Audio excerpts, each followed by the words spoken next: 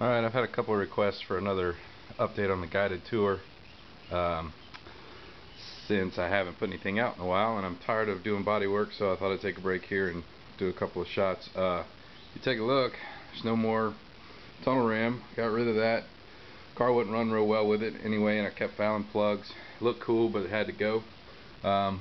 This is actually a cowl scoop, and if you look from the side you may be able to tell. Just picture that on the opposite direction. So I took a 2.5 inch cowl scoop, mounted it backwards, so I actually got forced air induction. Looks pretty cool. I started looking at one of the newer Mustangs, and they've got a similar scoop, a little small version, but this one's actually functional. You can see it's open wide up. The motor's changed a little bit.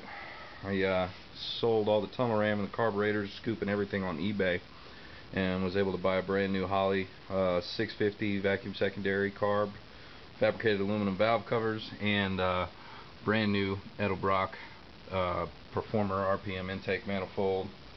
Holley's brand new as well, so that worked out pretty good. Not a lot of changed other than that on the front end. If you look along the doors, still haven't finished those up.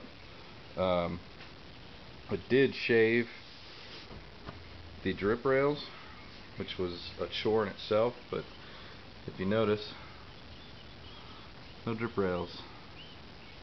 It's kind of hard to see with the glare there in the background, but I cut them off with a Sawzall, and a lot of welding and filler and fabrication later, they're smoothed out nice and neat. So that looks pretty cool.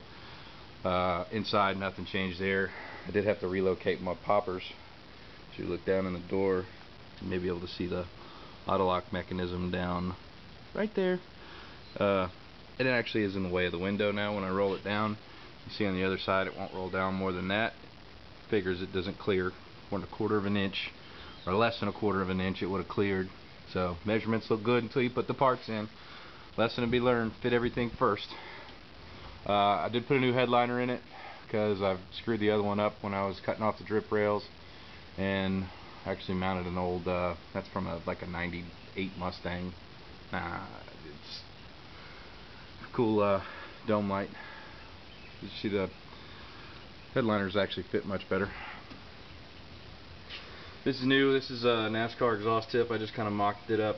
That's what they call the boom tubes. Got those on eBay. I don't know if you can see up underneath or not. Looks pretty cool. Slung out both sides, some Flowmasters. It's hanging really low. I'm actually going to get that redone when I can get it on the road. Have a professional do it.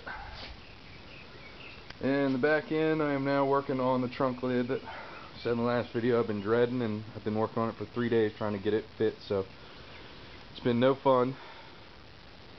See all my junk in the back here. This is actually for the doors. I push that and the door opens.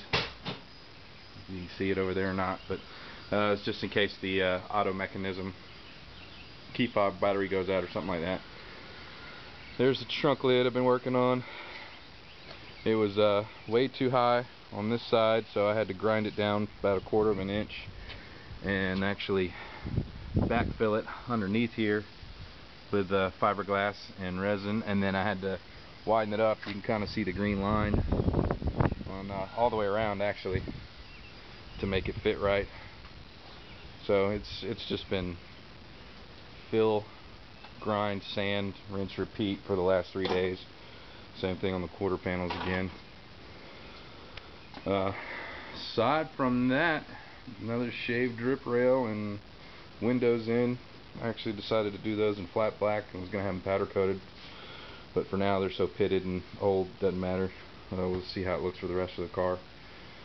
Did get a new windshield too. That's another reason I had to get a new headliner. So I got nice clean glass now, no scuffs and scrapes from the windshield wipers in 40 years of moving back and forth. And that's about it.